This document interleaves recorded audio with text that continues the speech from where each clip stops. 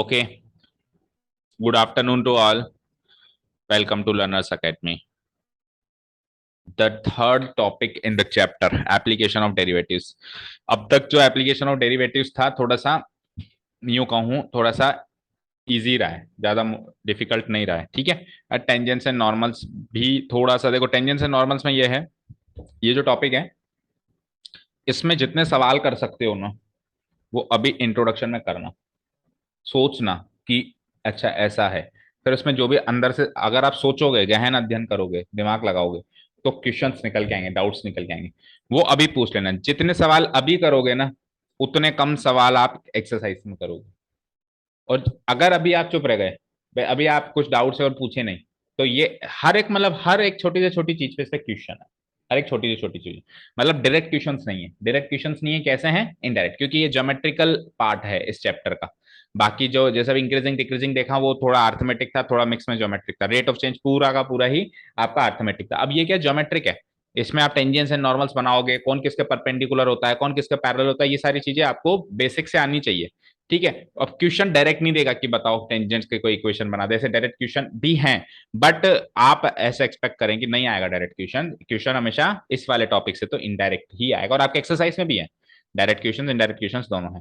तो अगर अभी सवाल नहीं किए तो वो सवाल वहां पे क्रिएट होंगे, और वहां पे समझाना मुश्किल होगा मेरे लिए भी, और आपके लिए समझना भी मुश्किल होगा। ठीक है, तो टॉपिक इंट्रोडक्शन कर रहे हैं, बड़े ही ध्यान से सुनना। और एक एक चीज का कोई भी अगर डाउट होता है तो पूछ लेना आप, है ना। देखो, फर्स्ट ऑफ ऑल ये जो चीजें लिखी हुई हैं, टेंजेंट्स एंड नॉर्मल्स, इनका मतलब पता है क्या आपको? Meaning, do you know the meaning of a tangent और अ नॉर्मल? मतलब पता है कि टेंजेंट क्या होता है, नॉर्मल क्या होता है?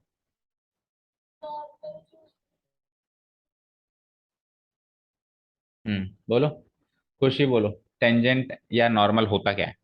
What is meant bye tangent और नॉर्मल?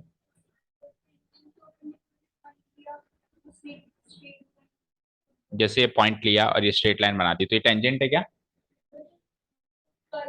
जो कर्व को बाहर से छू के निकले। तो एक कर्व को जो एक पॉइंट पे ही इंटरसेक्ट करती है उस स्ट्रेट लाइन को टेंजेंट कहते हैं, और जो दो पॉइंट पे इंटरसेक्ट करती है उसको सीकेंट कहते हैं, बताया था मैंने।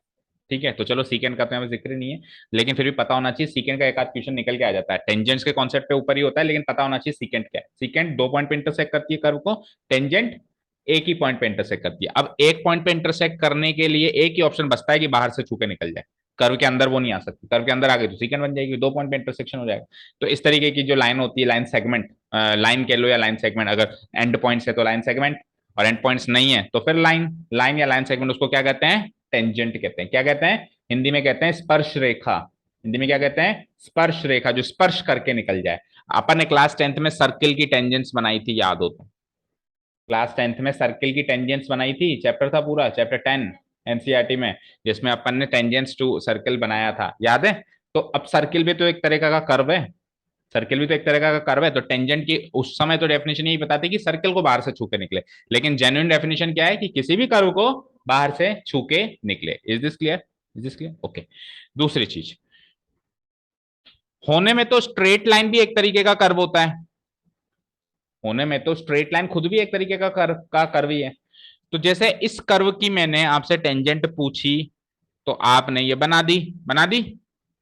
इस सर्किल की मैंने आपसे टेंजेंट पूछी, ये दोनों कर्व्स है ना, ये भी कर्व है ये भी कर्व है, दोनों कर्व की आपने एक एक टेंजेंट बना दी, कोई दिक्कत नहीं बनाना। तो सर ये स्ट्रेट लाइन खुद भी तो कर्व है, तो इसकी भी टेंजेंट बताओ। भाई ये कर्व था, ये कर्व था, इसकी टेंजेंट बनी, ये कर्व था, इसकी टेंजेंट बनी। होने में स्ट्रेट लाइन है, लेकिन straight line is also a curve. ठीक है, तो इसकी भी टेंजेंट बनाओ। तो स्ट्रेट लाइन की टेंजेंट वो खुद होती है, ये खुद ही खुद की टेंजेंट है, क्योंकि ऐसी अब अलग से और कोई लाइन नहीं आएगी जो बाहर से छू के निकलेगी इसको। ठीक है, ये खुद ही खुद की टेंजेंट है। तो ये बहुत बड़ा ही इंपॉर्टेंट चीज है, इसको याद में रखना, क्योंकि कई बार क्वेश्चन में लाइन दी हुई होती है और उसकी टेंजेंट की बात करता है, उसकी स्लोप की बात करता है, तो कंफ्यूजन हो जाता है कि इसकी अब और दूसरी टेंजेंट कैसे बनाए। तो स्ट्रेट लाइन खुद की ही टेंजेंट होती है। ये दो बातें समझ में आई? वन मोर थिंग, सर ये तो टेंजेंट आपने बना ली, तो एक टेंजेंट तो मैं ऐसे भी बना सकता हूँ, एक टेंजेंट तो मैं ऐसे बना सकता हूँ, एक ऐसे बना सकता हूँ, इधर भी मेरी मर्जी में एक ऐसे बना दूं, तो सवाल आता है कि एक कर्व को कितनी टेंजेंट बना सकते हो? Infinite. That means whenever we will talk of a tangent, we will talk of a tangent at a point.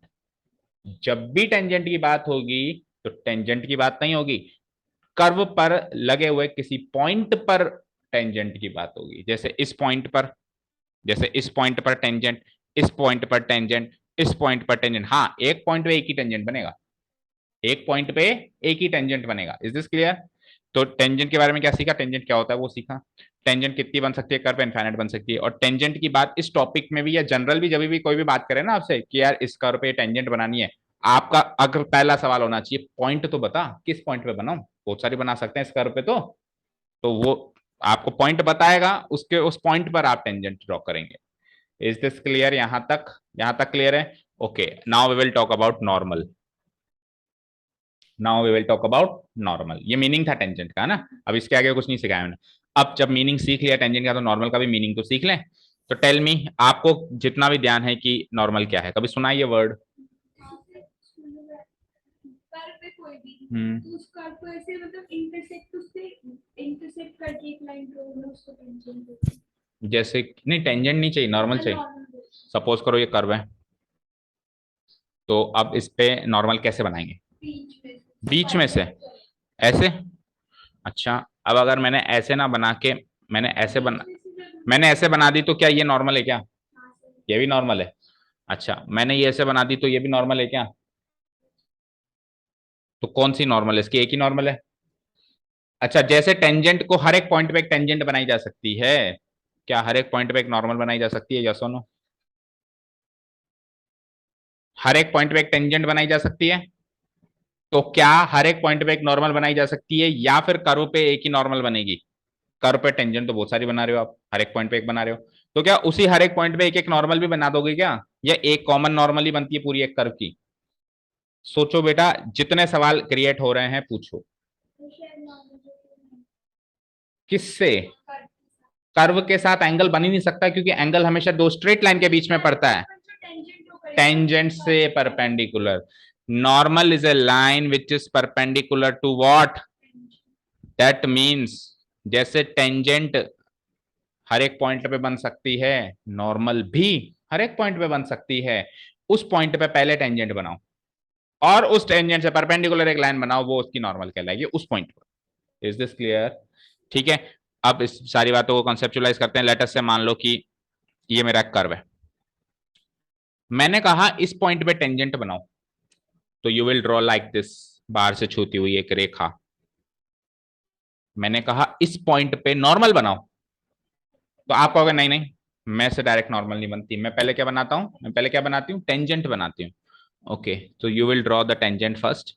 और अब इसी पॉइंट पे, क्योंकि इस लाइन से भी बहुत सारी परपेंडिकुलर लाइंस बन सकती है, इसी पॉइंट पे, जिस पॉइंट पे आपने टेंजेंट बनाया है ना, उसी पॉइंट पर इसी लाइन से परपेंडिकुलर जो लाइन बनेगी, ये लाइन कहलाएगी इस कर्व की normal at this point. Eight this point, केवल एक ही थोड़ी ना है, बहुत सारी है।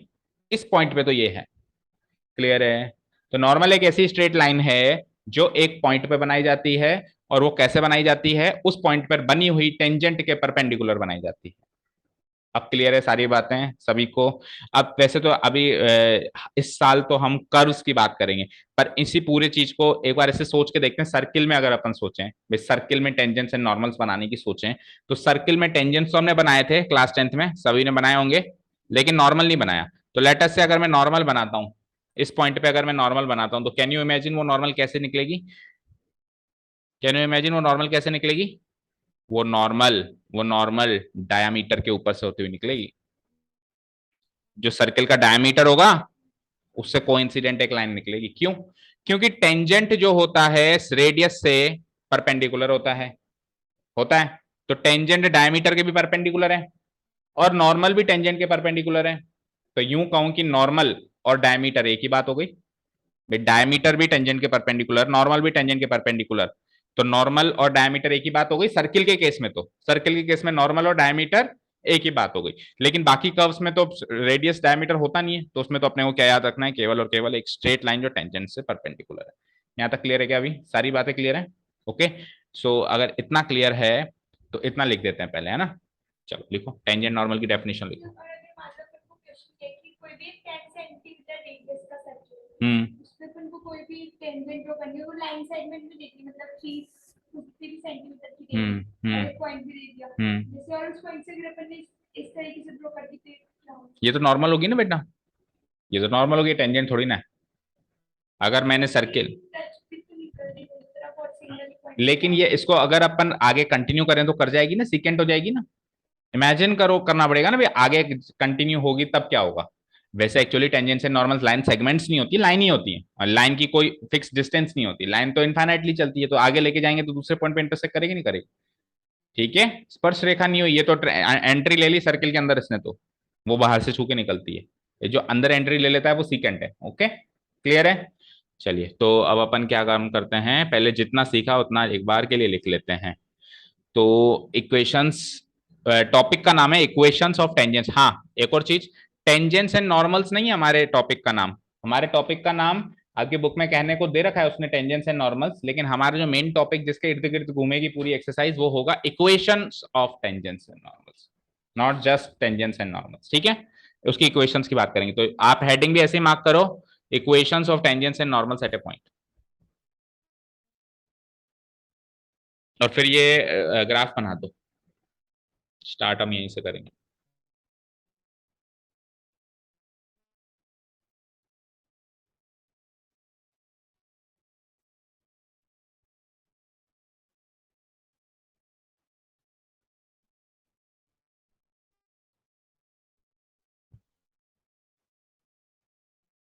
हम्म, ये ग्राफ बना दो बेटा, और अगर नहीं समझ आ रहा हो तो वो स्क्रीन चला लेना।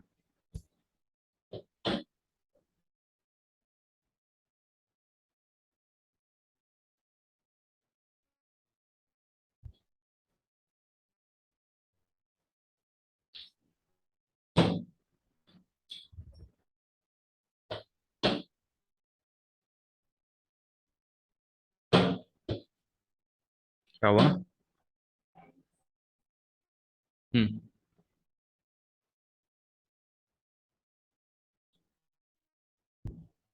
तो ये एक 2D कर्व, 2D प्लेन बना दिया मैंने।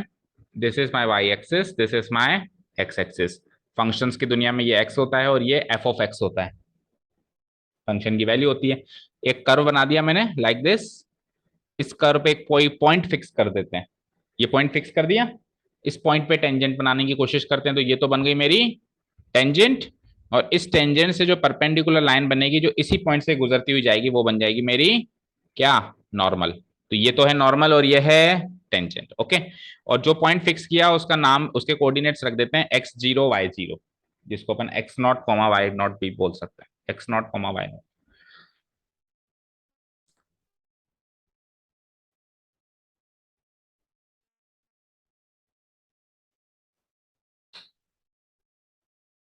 अच्छा, कर्व के जिस पॉइंट पे टेंजेंट या फिर नॉर्मल बनाई जाती है उस पॉइंट को कहते हैं पॉइंट ऑफ कांटेक्ट। क्या बोलते हैं उसको? Point of contact. तो यहाँ पे x0 y0 जो कोऑर्डिनेट्स डाले हैं अपन ने, ये है हमारा पॉइंट ऑफ कांटेक्ट। इसको कोई नाम भी दे सकते हो आप, पॉइंट पी ऐसे करके कुछ, लेटर से इसको नाम दे देते हैं पॉइंट पी। पी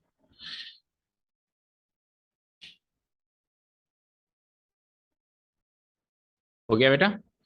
लेटर से ये वाली लाइन तो है एल और ये वाली लाइन है एम, तो लाइन एल तो है मेरी टेंजेंट और लाइन एम है मेरी नॉर्मल। ये लाइन एल तो है मेरी टेंजेंट एंड ये लाइन एम है मेरी नॉर्मल।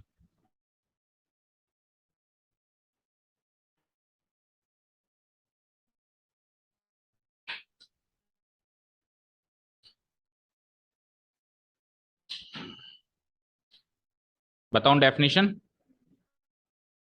ठीक है, टेंजेंट की डेफिनेशन है, कशिश आप वो चला लो, स्क्रीन स्क्रीन चला लो, स्क्रीन से देखो। Straight line touching a curve at one single point.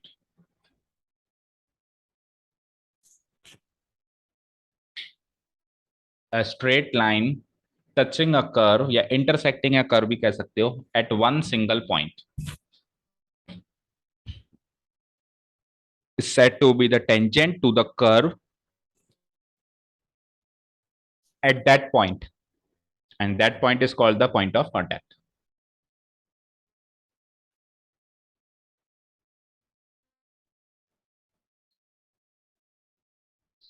एक स्ट्रेट लाइन जो कर्व को इंटरसेक्ट कर रही है एक सिंगल पॉइंट पे, वन सिंगल पॉइंट पे इंटरसेक्ट कर रही है, उस स्ट्रेट लाइन को कहा जाएगा टेंजेंट टू द कर्व। क्या कहा जाएगा?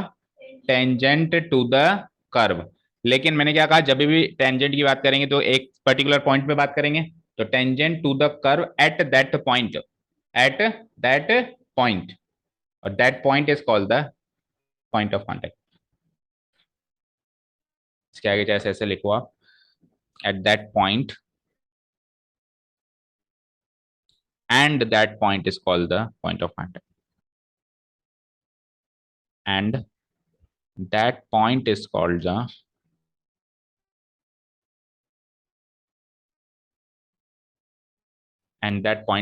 the point of contact.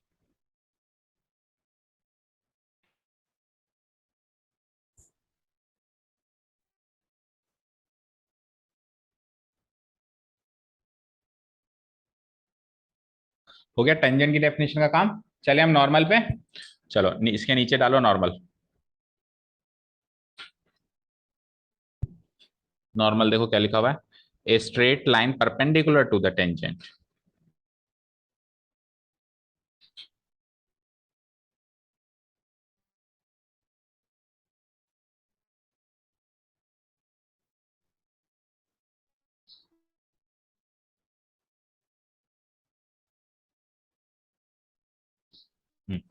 Normal की डेफिनेशन हो गई, a straight line perpendicular to the tangent passing through the point of contact, उसी पॉइंट ऑफ कॉन्टेक्ट से पास होनी, वो होगी normal to the point, normal to the curve.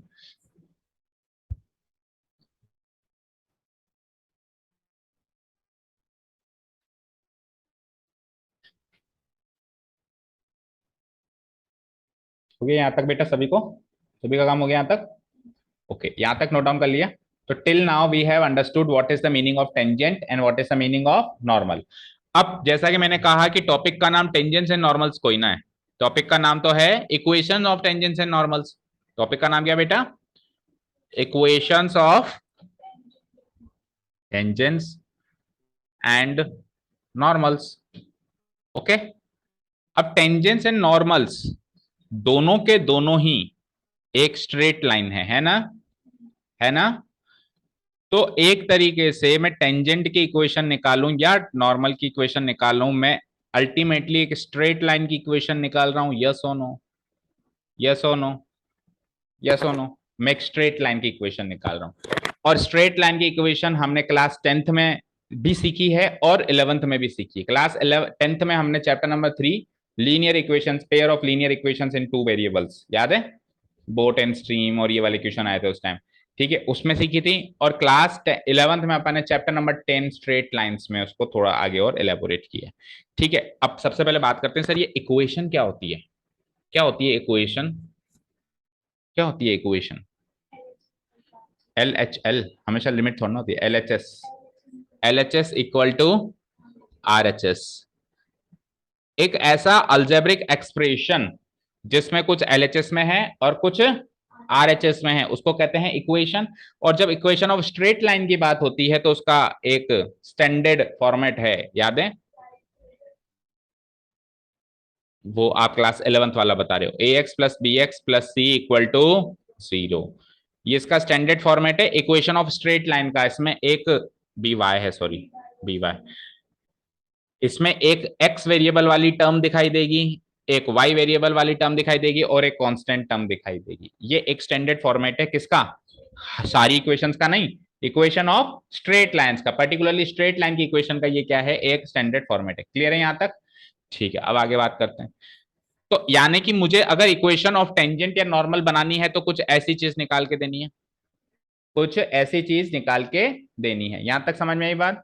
ठीक है, अब सुनिए, अब क्लास 11th के अंदर स्ट्रेट लाइन चैप्टर में हमने इक्वेशन ऑफ स्ट्रेट लाइन के कुछ फॉर्मेट सीखे थे, याद हो तो आपको y is equals to mx plus C भी सीखा था, सीखा था। उसके अलावा एक ऐसा भी फॉर्मेट था, आपको याद हो, X by A plus Y by B equal to 1। Intercept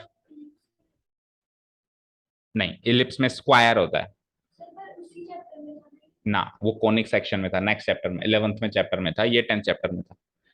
ठीक है। कभी भी स्ट्रेट लाइन में क्वाड्रेटिक टर्म नहीं दिखाई देगी, लीनियर टर्म दिखाई देगी, क्योंकि इक्वेशन ऑफ स्ट्रेट लाइन है ना, लाइन, लाइन से क्या बनता है, लीनियर, लाइन से क्या बनता है, लीनियर। तो लीनियर टर्म दिखाई देगी, दैट मींस पावर 1 वाली टर्म दिखाई देगी। अगर पावर 2 वाली टर्म दिखाई दे रही है, that means it is not a straight line, it is a curve. फिर वो कर्व कोई सा भी हो सकता है, एलिप्स हो, चाहे से आपका और पैराबोला, हाइपरबोला, या कोई से भी दूसरे कर्व हो। इज दिस क्लियर यहां तक? तो ये वाली जो फॉर्मेट थी, y is equals to mx plus C, इसको बोलते थे, आपको याद हो तो, slope intercept form. Slope intercept form. बस सबसे बड़ी प्रॉब्लम ये होती है, इस टॉपिक को समझाने के लिए पूरा 2 साल का रिवीजन करवाना पड़ता है, क्योंकि बच्चे या तो पढ़ते ही नहीं है, और पढ़ते हैं तो भूल जाते हैं। बहुत कम ही ऐसे बच्चे होते हैं जो पढ़ पढ़ भी चुके हैं और फिर भूले भी नहीं। अगर ऐसे सारे ही बच्चे हों तो चलो भाई सीधा टॉपिक ही स्टार्ट कर दो, एक्सरसाइज स्टार्ट हो जाए इतनी देर में, तो इतना सा छोटा सा टॉपिक है, बट वो पुराना रिवाइज कराना पड़ता है। ठीक है। और इसको बोलते हैं Y is equals to M X plus C को तो बोलते हैं स्लोप इंटरसेप्ट, इसको बोलते हैं टोटल, मतलब प्योर इंटरसेप्ट फॉर्म। ठीक है, क्लियर है? ठीक है। अब सुनिए, एक फॉर्म और थी इक्वेशन बनाने की, आपको याद हो, y minus y2 minus y1 equal to m into x2 minus x1। ये फॉर्म कहां से मिली थी? ये फॉर्म इसलिए मिली थी क्योंकि यहां पे जो ये m आ रहा है, m, यहां पे जो ये m आ रहा है, m, इस m को बोलते हैं स्लोप, इस m को बोलते हैं। और ये स्लोप एक्चुअली क्या चीज है, क्या चीज है और कैसे निकाला जाता है, इसकी चर्चा करनी पड़ेगी। अब स्लोप क्या चीज है और कैसे निकाला जाता है, इसकी चर्चा करनी पड़ेगी। तो कोई भी स्ट्रेट लाइन एक्स एक्सिस की पॉजिटिव डायरेक्शन के साथ कितने डिग्री का एंगल बना रही है, उस एंगल पे tan फंक्शन अप्लाई करके जो चीज मिलती है उसको बोलते हैं slope. For example let us से ये एक स्ट्रेट लाइन है, ये एक स्ट्रेट लाइन है। तो ये straight line let's say x axis के साथ 30 डिग्री का angle, positive side of X axis, positive side of ये होती है, नेगेटिव साइड ऑफ ये होती है। तो नेगेटिव साइड से नहीं देखना, कहां से देखना है, पॉजिटिव साइड से। भाई ये वाली नेगेटिव साइड होती है ना, ये नेगेटिव एक्स होता है, ये पॉजिटिव एक्स होता है, पता नहीं है? तो इधर की साइड प्लस, इधर की साइड माइनस। तो positive side of X axis के साथ एंगल देखना है, ना कि नेगेटिव साइड। मान लो कि ये 30 डिग्री का एंगल बना रही है, तो फिर tan30 क्या हो जाएगा, tan30 क्या हो जाएगा, 1/√3। तो 1/√3 मेरा इसका स्लोप आ जाएगा इस वाली लाइन का। कोई पूछे इस लाइन का स्लोप बताओ, तो आप कह दोगे 1/√3। 1/√3 is the slope of this straight line. क्या, कैसे निकालते हैं बताओ, कैसे निकालते हैं? Tan theta. थीटा क्या है, थीटा क्या चीज है वहां पे?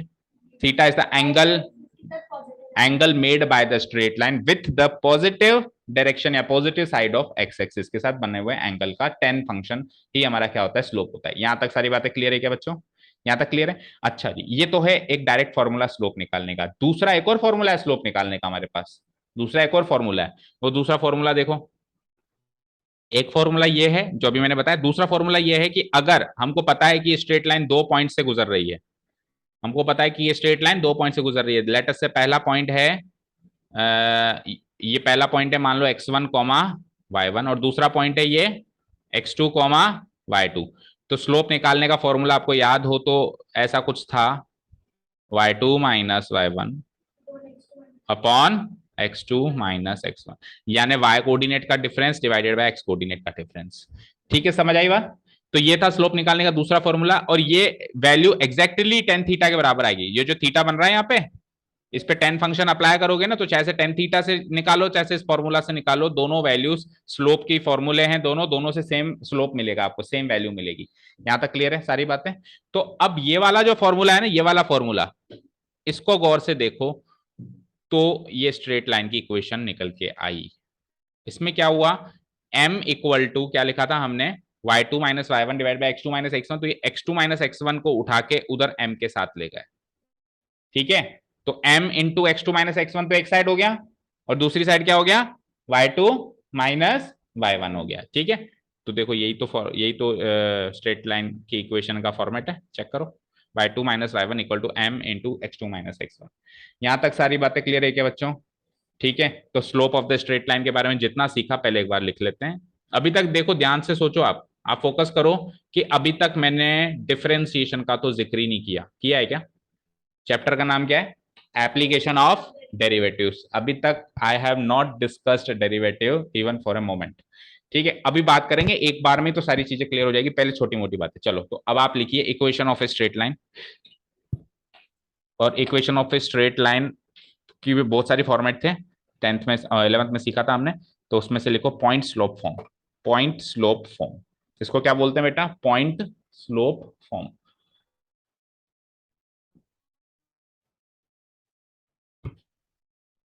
इसको पॉइंट स्लोप फॉर्म इसलिए बोलते हैं क्योंकि इसमें एक तो स्लोप दिख रहा है हमको एम नाम का, और एक पॉइंट पता है हमको भी किस पॉइंट से वो पास हो रही है, वो लाइन।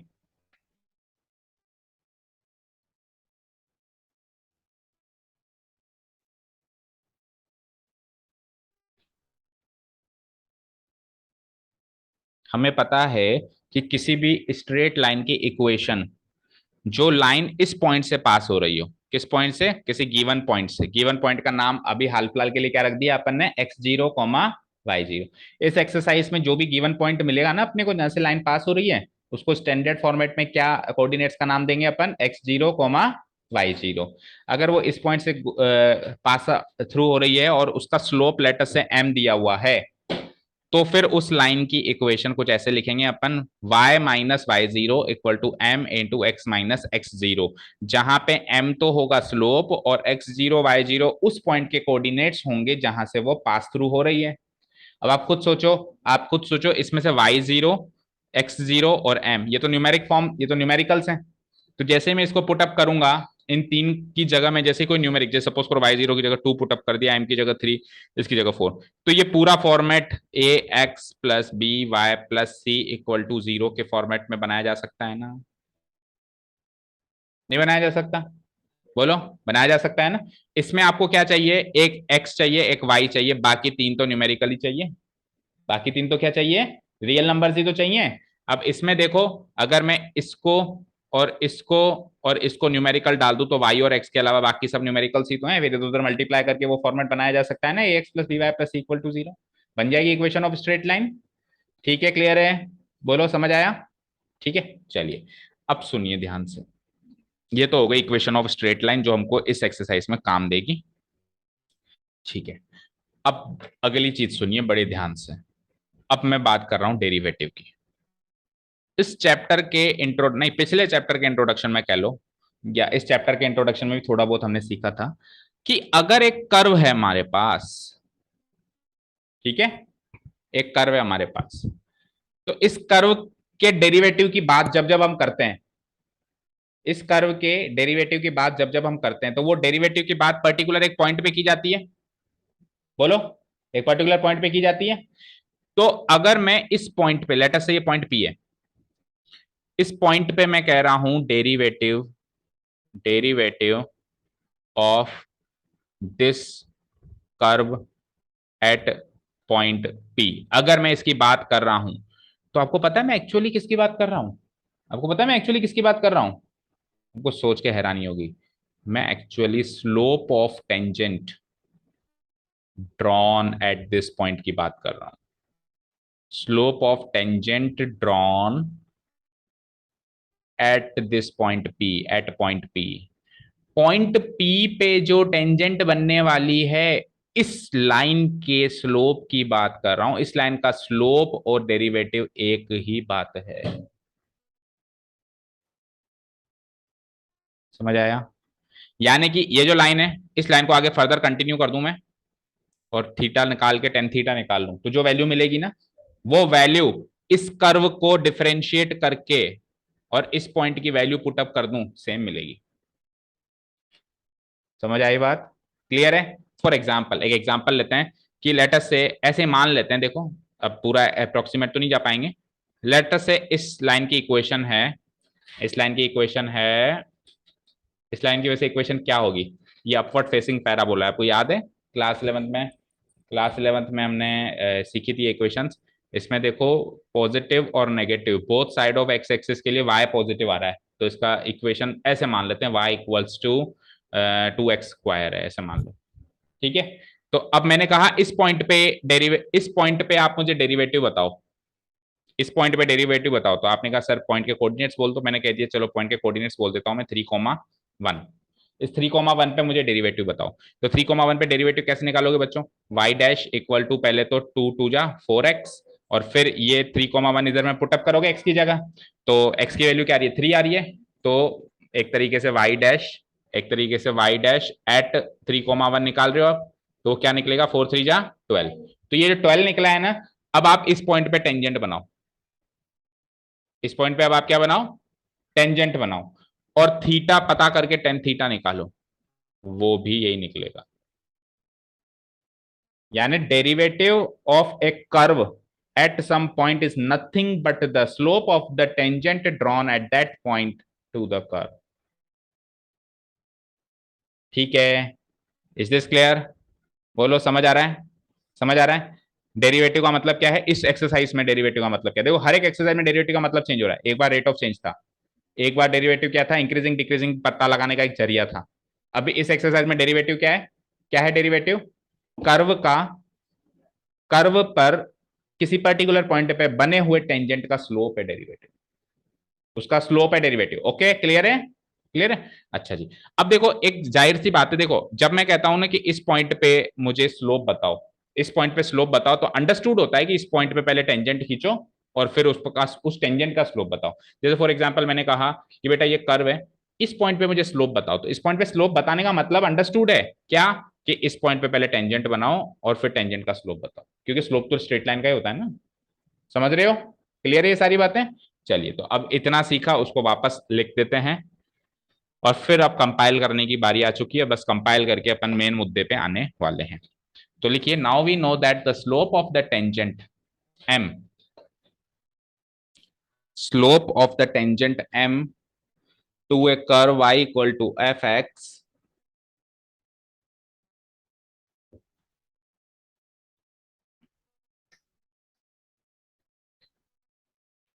जो slope of the tangent m m m चला रहे हैं हम इतने देर से, वो क्या है?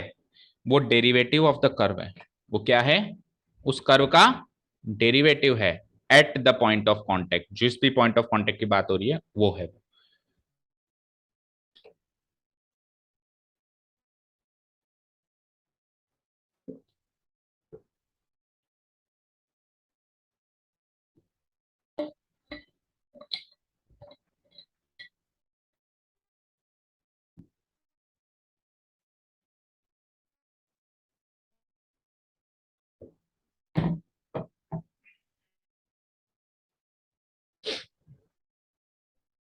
लिख लिया? तो अल्टीमेटली हम यहां पे आ गए कि स्लोप निकालने का एक और फॉर्मूला हमको मिल गया। स्लोप निकालने के अब तक के हमारे पास दो फॉर्मूला थे। कौन कौन से? पहला फॉर्मूला था टेन थीटा, दूसरा फॉर्मूला था अभी अभी बताया था y2 minus y1 divided by x2 minus x, और तीसरा फॉर्मूला क्या है? dy by dx, derivative. और डेरिवेटिव कहां पे? जिस पॉइंट ऑफ कांटेक्ट पे आप टेंजेंट बना रहे हो वो वाला point of contact, derivative eight that point, वही आपका स्लोप ऑफ द टेंजेंट होगा। ठीक है, तो क्या याद रखेंगे आगे के लिए? क्या याद रखेंगे? Derivative of the curve equal to slope of the tangent. बोलो, derivative of the curve equal to what? Slope of the tangent. Tangent का स्लोप और कर्व का डेरिवेटिव सेम होगा उसी पॉइंट पे। ठीक है, क्लियर है? चलिए, अब देखिए यहां पे लिखने से पहले अपन रफली डिस्कस कर लेते हैं कि अभी अभी हमने डिस्कस किया कि slope of a straight line क्या होती है? y minus Y zero equal to m into x minus x zero होती है। अभी अभी डिस्कस किया था इससे पहले वाले कॉन्सेप्ट में। और m की वैल्यू क्या निकाली अभी आपने? बोलो, डेरिवेटिव फॉर्म में क्या निकाली? dy by dx at which point? At the point of contact X zero, वो पॉइंट को एक्स जीरो वाई जीरो से अपन डिनोट करा रहे हैं ना अभी तो। और ये पूरी चीज into x minus x zero, ये जो चीज देख रहे हो this is nothing but the equation of tangent. ये आ चुकी है इक्वेशन ऑफ टेंजेंट। ये क्या आ चुकी है? इक्वेशन। बाकी सब कुछ था हमारे पास, ये स्लोप कैसे निकालें ये नहीं पता चल रहा था, तो वो with the help of derivative निकाल लिया हमने। बाकी तो सब कुछ था ना, पॉइंट ऑफ कांटेक्ट तो था ही सही, एक्स जीरो वाई जीरो तो था ही सही। स्लोप कैसे निकाले? या तो सर थीटा बताओ तब निकालूंगा मैं स्लोप। अब थीटा नहीं बताएगा आपको, थीटा तो क्लास 11th में बताता था, तो आप टेन थीटा निकाल लेते थे। इस बार आपको कर्व की इक्वेशन देगा, कर्व की इक्वेशन से आप डेरिवेटिव निकालोगे और वो डेरिवेटिव आपका स्लोप है टेंजेंट का। उसको यहाँ पुटअप करोगे and you will get the equation of tangent. चलो लिखो, लिख दें। तो ये इक्वेशन ऑफ टेंजेंट मिल चुकी है, अभी फिर नॉर्मल की बात भी करेंगे, पहले टेंजेंट का खत्म करो। हम्म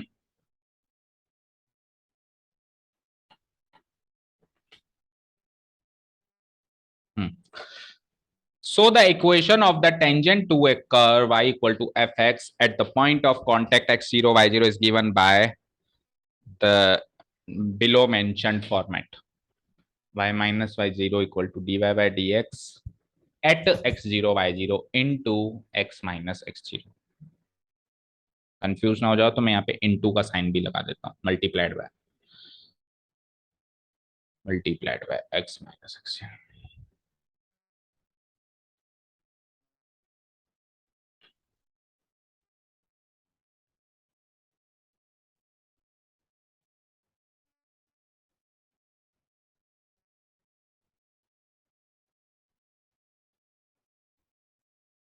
लिख लिया?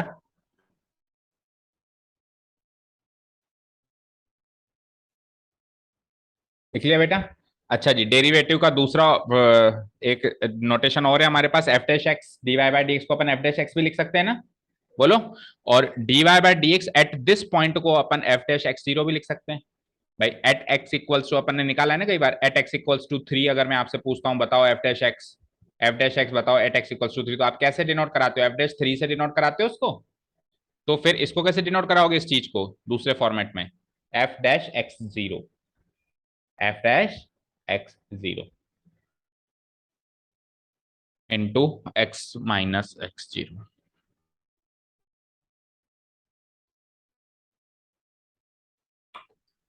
ये डन, ये हो चुका है आपका इक्वेशन ऑफ टेंजेंट। अब नॉर्मल की बात करी जाएगी, इसके बाद नॉर्मल की इक्वेशन की बात करी जाएगी, ठीक है।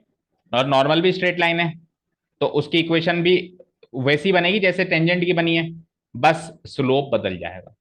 क्या बदल जाएगा बेटा? स्लोप बदल जाएगा। यहां तक लिखो एक बार, पहले लिख लिया यहां तक? खुशी लिख लिया यहां तक? ओके, चलिए अब बात करते हैं आगे की।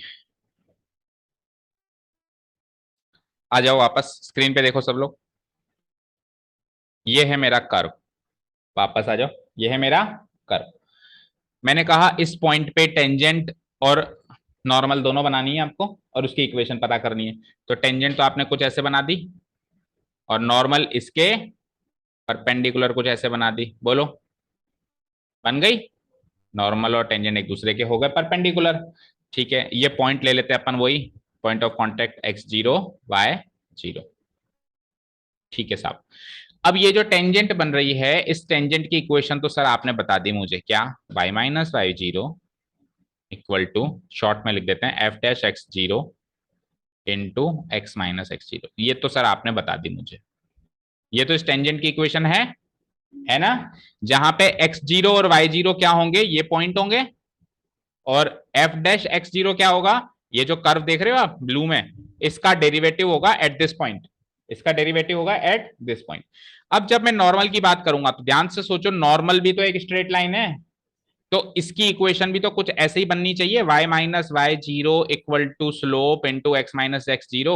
ये इसका स्लोप ही तो है इधर, ये इसका स्लोप ही तो है। इक्वेशन ऑफ टेंजेंट में भी जो एफ डैश एक्स जीरो लगाया हमने, वो क्या है? ये इसका स्लोप ही तो है ना। तो बस इसका स्लोप चेंज कर देना। बाकी देखो, ये वाली लाइन भी तो एक्स जीरो वाई जीरो से ही गुजर रही है भाई, टेंजेंट भी उसी पॉइंट से गुजर रही है और नॉर्मल भी उसी पॉइंट से गुजर रही है। तो एक्स जीरो वाई जीरो में चेंजेस आएगा क्या? ना। चेंजेस किस में आएगा? स्लोप में चेंजेस आएगा। तो बस अब अपने को ये कनेक्शन पता करना है कि दो लाइन एक दूसरे से परपेंडिकुलर होती हैं तो उनके स्लोप्स में क्या कनेक्शन होता है, क्योंकि ये टेंजेंट से नॉर्मल एक दूसरे से क्या है? परपेंडिकुलर है, ठीक है। अब देखो, बिल्कुल डिटेल में तो हम नहीं जाएंगे, क्योंकि क्लास 11th में बताया जाता है कि दो लाइंस परपेंडिकुलर होती है तो उनके स्लोप्स में क्या डिफरेंस होता है। अभी अपन केवल बता देंगे, उसको प्रूफ नहीं करेंगे। तो देखो, अगर बेटा दो लाइंस अगर पैरेलल हैं, दो लाइंस अगर पैरेलल हैं, तो दोनों के स्लोप्स इक्वल होते हैं। मान लो इसका स्लोप m1 है, इसका स्लोप m2 है, तो दोनों क्या हो जाएंगे? स्लोप्स इक्वल कर हो जाएगा। अगर दो लाइन पैरेलल हैं तो दोनों के स्लोप्स इक्वल हो जाएंगे, क्यों? क्योंकि पैरेलल हैं तो सेमी एंगल बनाएंगी ना। लेट अस से ये टेंजेंट है, इस टेंजेंट से पैरेलल एक लाइन और बना दी, पैरेलल लग रही है इससे, तो ये अगर इससे थीटा बना रही है तो ये भी थीटा बनाएगी, ये कॉरस्पॉन्डिंग एंगल्स नहीं है क्या, इक्वल होंगे ना, ऐसे ऐसे ऐसे, तो ये कॉरस्पॉन्डिंग एंगल नहीं होंगे क्या, इक्वल होंगे नहीं होंगे, कॉरस्पॉन्डिंग एंगल्स इक्वल होते हैं ना, पैरेलल लाइंस ट्रांसवर्सल का कॉन्सेप्ट सीखा है ना।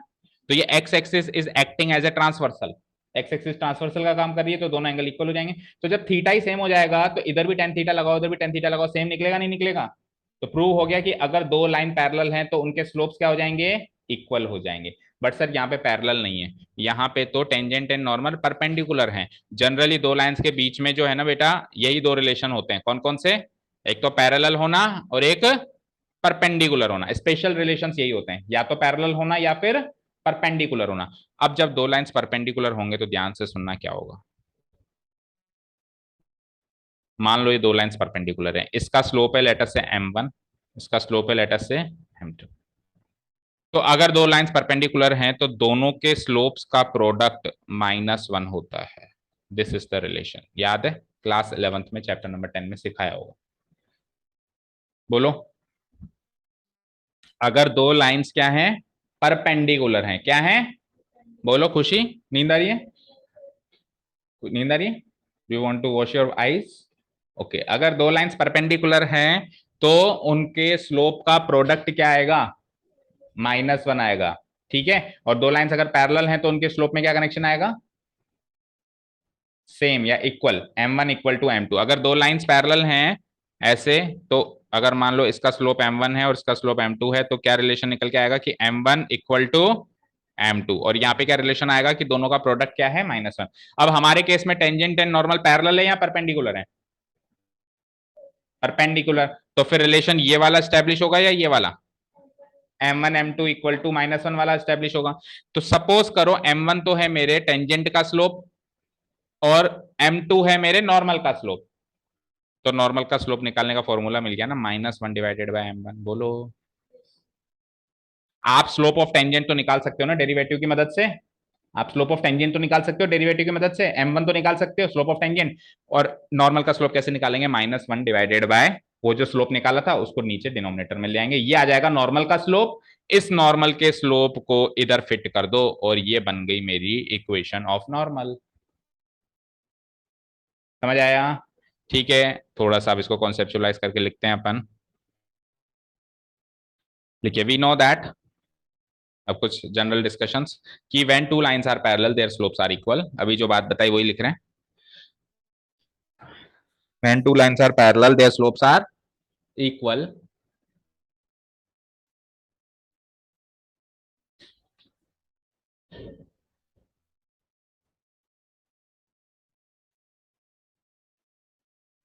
दूसरा जो एनालिसिस है वो है when two lines are perpendicular the product of their slopes is -1। When two lines are parallel their slopes are what, equal. And when two lines are perpendicular the product of their slopes is what, -1।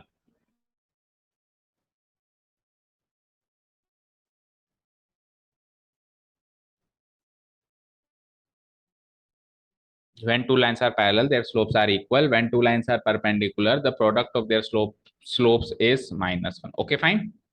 तो इसमें तो लिख देंगे, अगर मान लो दो line से एक का स्लोप m1 है एक का स्लोप m2 है तो दोनों इक्वल हैं, और यहाँ पे दो लाइन से एक का स्लोप m1 है एक का स्लोप m2 है तो दोनों का प्रोडक्ट क्या आ जाएगा, -1। यहाँ तक लिख लिया,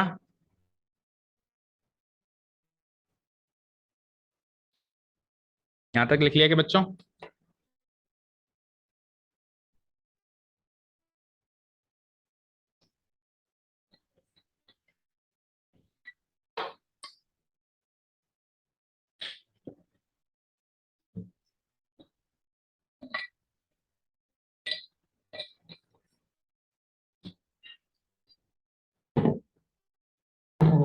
ओके यहाँ तक लिख लिया ना।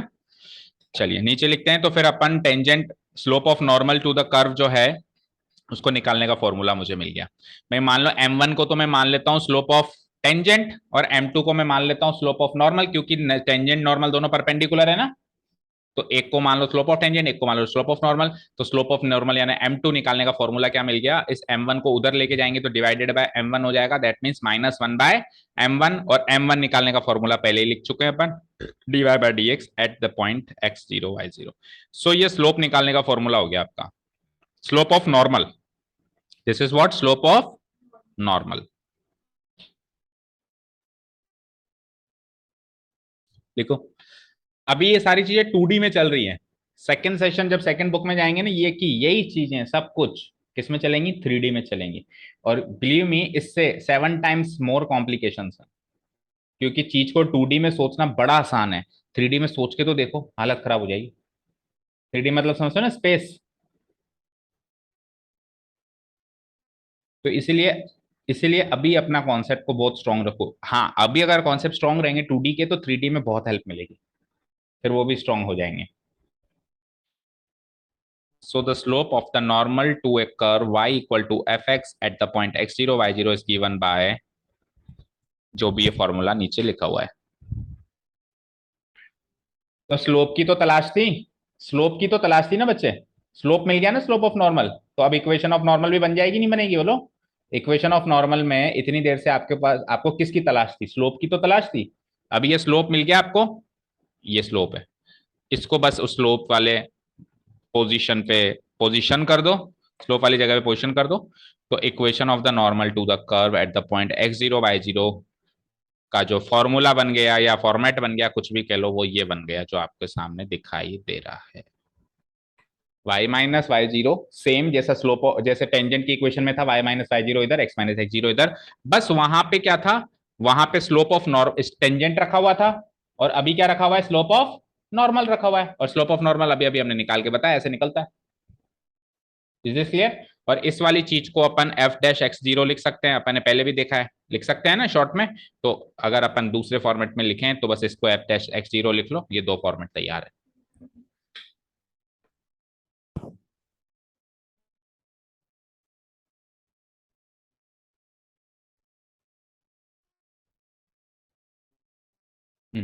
क्या हुआ?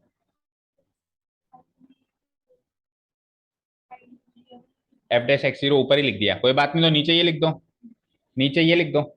अगर एफ डैश एक्स जीरो ऊपर लिख दिया तो नीचे ये लिख दो, -1/dy/dx at x zero Y zero. इसको रीड करना तो आता है ना, कैसे रीड करते हैं इसको, बोलो पढ़ के बताओ, इसको कैसे रीड करते हैं? dy/dx at at x zero comma y zero, ठीक है ना, या x not comma Y not. तो बताइए साहब, equation of tangent and equation of normal दोनों के फॉर्मूले आपने लिख लिए। अब नीचे तो स्ट्रक्चर वाइज तो ये खत्म हो गया है। स्ट्रक्चर वाइज तो जो आपको नोट्स लिखने चाहिए इस टॉपिक में, वो तो अपन ने लिख लिए हैं। बट क्वेश्चंस हम, एक्सरसाइज हम नेक्स्ट क्लास में शुरू करेंगे, कुछ और एक्स्ट्रा बात कर लेते हैं तब तक 2-5 मिनट।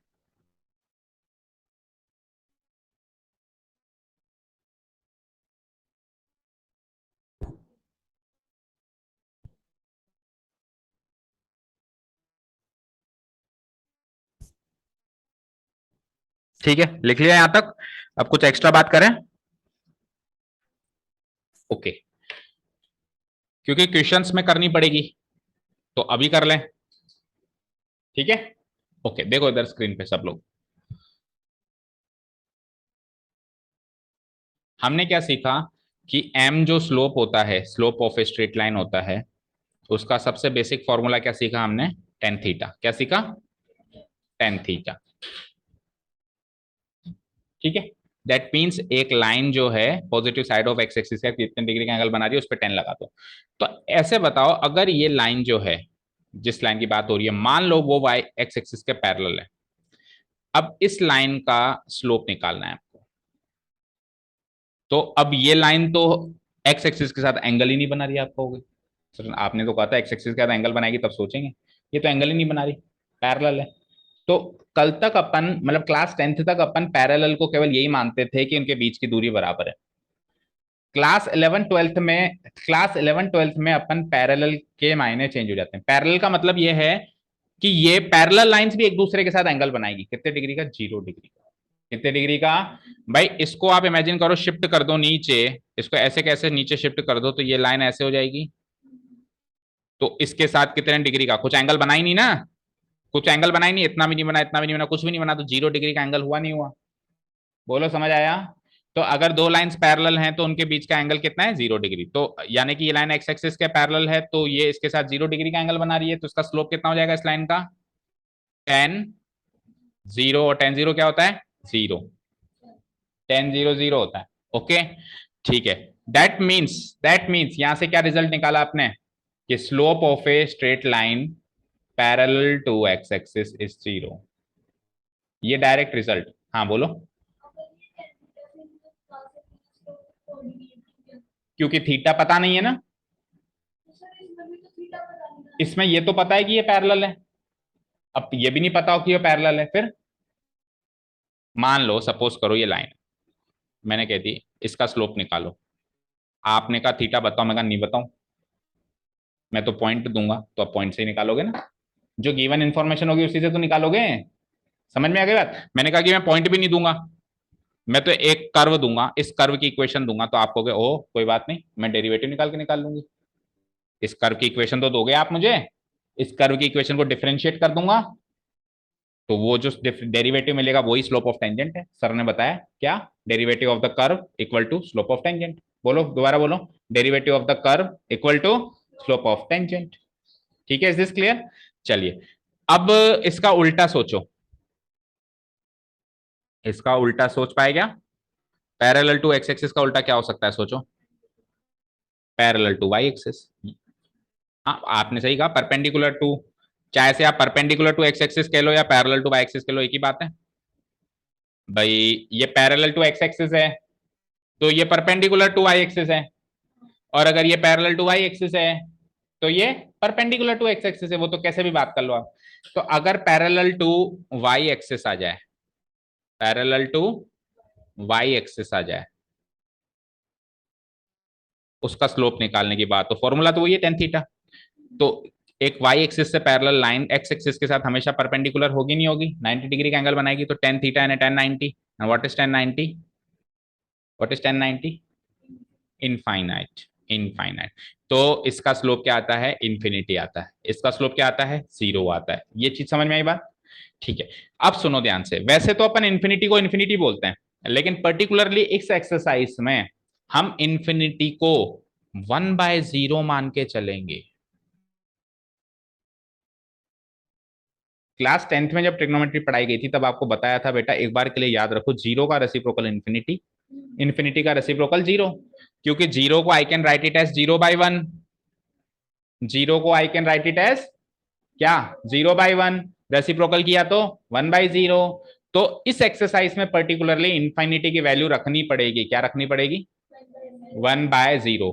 और हाँ, अब ऐसा क्यों सर, ऐसा क्यों? इसका कारण है, इसका कारण है, सपोज करो मैंने कहा कि इक्वेशन ऑफ ए लाइन निकालो, आपने निकाली y minus Y zero equal to slope into x minus x zero, और इनके स्लोप आपका इनफाइनाइट आ गया, आ सकता है ना, अभी अभी निकाल के बताया ना मैंने। मान लो वो लाइन y एक्सिस के वाई एक्सिस के पैरेलल या एक्स एक्सिस के परपेंडिकुलर हुई तो उसका स्लोप इनफाइनाइट आता है, अभी निकाल के बताया। तो अब आप अगर इसकी वैल्यू इनफाइनाइट रखने लगे यहाँ पे, तो क्या आप आगे सॉल्व कैसे करोगे? इन्फिनिटी का सॉल्यूशन करना आता है कि किसी को? इन्फिनिटी से मल्टीप्लाई करना, इन्फिनिटी से जोड़ना आता है कि किसी को? नहीं आता ना।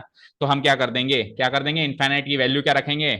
Particularly for this exercise we will consider the value of infinity equal to 1/0। अब सॉल्व हो जाएगा, देखो जीरो को उधर लेके जाऊंगा तो y minus Y zero into zero, और यहाँ क्या रहेगा 1 into x minus x zero, तो ये पूरा जीरो हो गया, जीरो से जो टकराया वो जीरो बन गया, और 1 से मल्टीप्लाई हो गई, क्या हो गया, x माइनस एक्स जीरो। तो इक्वेशन बन गई x equal to x zero. क्या इक्वेशन बन गई?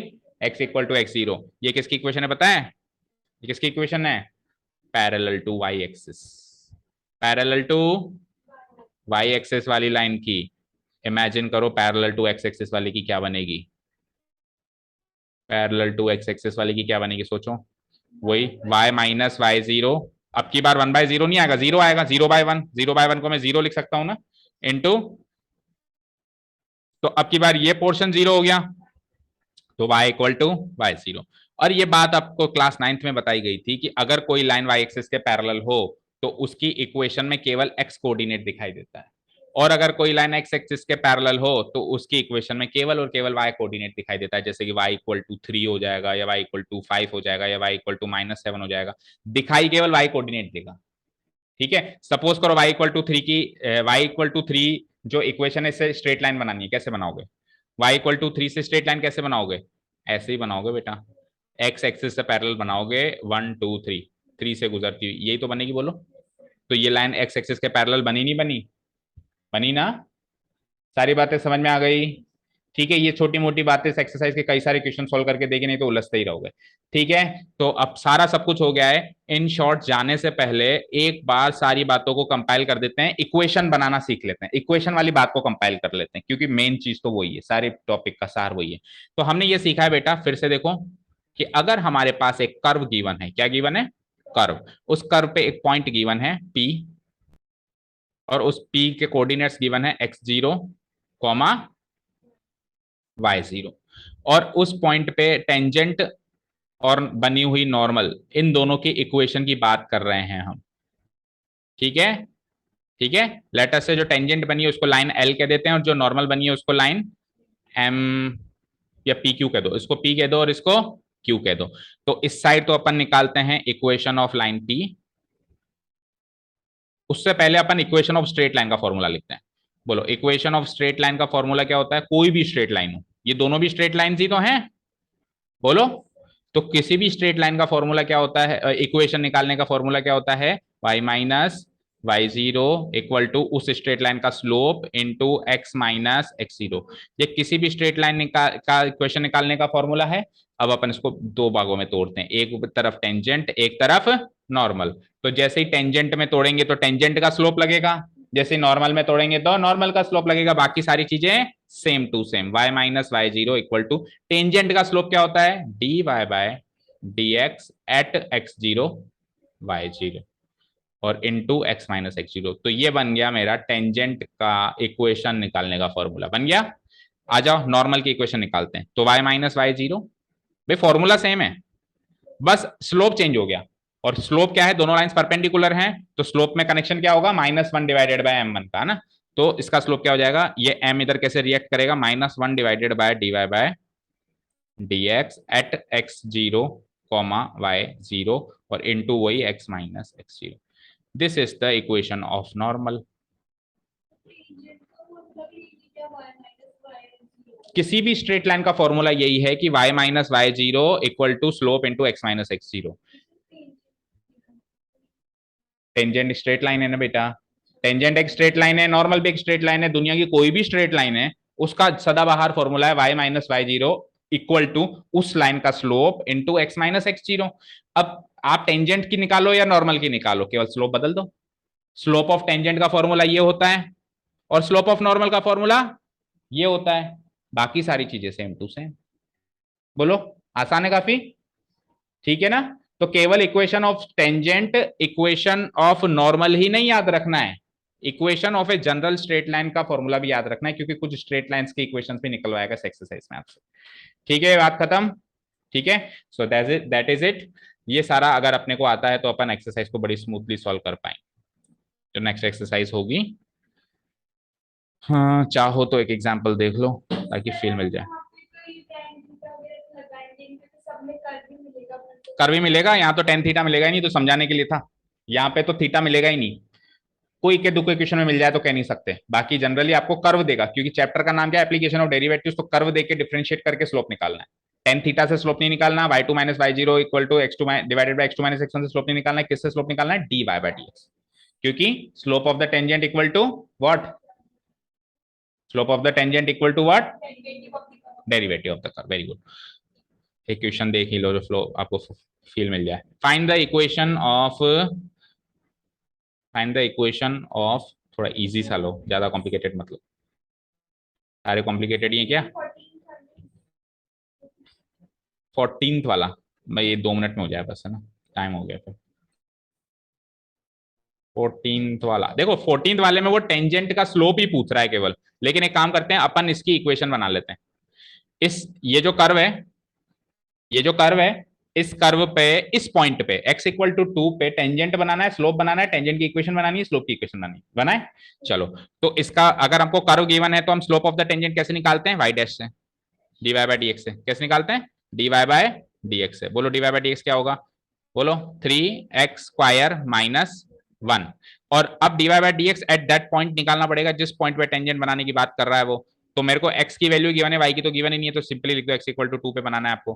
तो x की वैल्यू 3 रखो और 2 रखो, तो 2 का स्क्वायर -1 3 2 स्क्वायर 4 3 12 -1 11। अब इस क्वेश्चन में तो बस इतना सा पूछा है कि स्लोप ऑफ द टेंजेंट बता दो, लेकिन अब अपन आगे भी बढ़ते हैं। अब अपन आगे भी बढ़ते हैं। तो ये dy बाय dx आ गया। तो मुझे बताओ स्लोप ऑफ द टेंजेंट क्या आया, या फिर सीधे चलो फॉर्मूला में रखते हैं अपन। तो बोलो इक्वेशन ऑफ टेंजेंट यहां बनाते हैं, इक्वेशन ऑफ टेंजेंट यहां बनाते हैं, और इक्वेशन ऑफ नॉर्मल यहां बनाते हैं। बोलो याद हुआ इक्वेशन ऑफ टेंजेंट का जनरल स्ट्रक्चर? बताओ।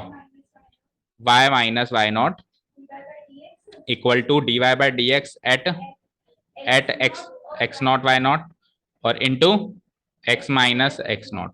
ठीक है, तो y माइनस वाई नॉट क्या होगा, y नॉट क्या होगा ये बताओ। देखो x की वैल्यू 2 पे y की वैल्यू निकालनी पड़ेगी भाई। x नॉट y नॉट वो पॉइंट है जिस पे टेंजेंट बना रहे हैं, तो आप x इक्वल टू 2 पे टेंजेंट बना रहे हो ना, तो उस जगह पे y की वैल्यू क्या होगी वो निकालनी पड़ेगी। तो x की वैल्यू 2 पुट अप करेंगे तो y equal to x cube, यानी 2 क्यूब माइनस 2, 8 माइनस 2 इज 6। तो यानी कि y की वैल्यू क्या आ गई 6। तो y minus 6 equal to dy by dx ये निकाला है अपने 11 into x minus x zero क्या होगा 2। सॉल्व करो तो y minus 6 equal to 11x minus 22। Minus 22 को उधर भेजो, y को इधर भेजो, तो माइनस 22 उधर चला जाएगा, 22 माइनस 6 और 11x minus y. 22 minus 6 is what 16। तो 11x माइनस वाई और 16 को भी इधर ले आए, माइनस 16 इक्वल टू 0। देखो एक स्ट्रेट लाइन की जो अपन क्लास 10th में इक्वेशन पढ़ते थे वैसा स्ट्रक्चर बन गया, ax plus B Y plus C. ये इस टेंजेंट की इक्वेशन है। ठीक है, नॉर्मल की बनाए, बोलो फॉर्मूला। अब इधर क्या आ जाएगा -1 डिवाइडेड बाय ये सारा तामझाम multiply x minus x not. ठीक है, तो y माइनस वाई नॉट क्या निकाला था आपने 6 माइनस 1 बाई 11। देखो उधर तो लिखा 11, इधर क्या लिख दिया -1 बाई 11। ठीक है, इंटू एक्स माइनस 2। ठीक है, 11 को उधर ले जाओ तो 11y माइनस 66 और -1 से इधर मल्टीप्लाई कराओ तो -x प्लस 2। सबको उधर ले जाओ तो -x इधर जाएगा तो +x प्लस 11y और +2 इधर आएगा तो -2 हो जाएगा, -68 हो जाएगा। तो ये हो जाएगी मेरी इक्वेशन ऑफ नॉर्मल, ये हो जाएगी मेरी equation of tangent. Very easy. तो ये एक थोड़ा सा बेसिक क्वेश्चन ताकि फील मिल जाएगी इस एक्सरसाइज में करना क्या। ओके, बाकी अब इससे इर्द गिर्द सारे क्वेश्चंस घूमेंगे। ओके चलो, thank you so much for listening to us, have a nice day, keep learning and bye next session में अपन एक्सरसाइज नंबर 6.3 को किल करने वाले हैं बिल्कुल।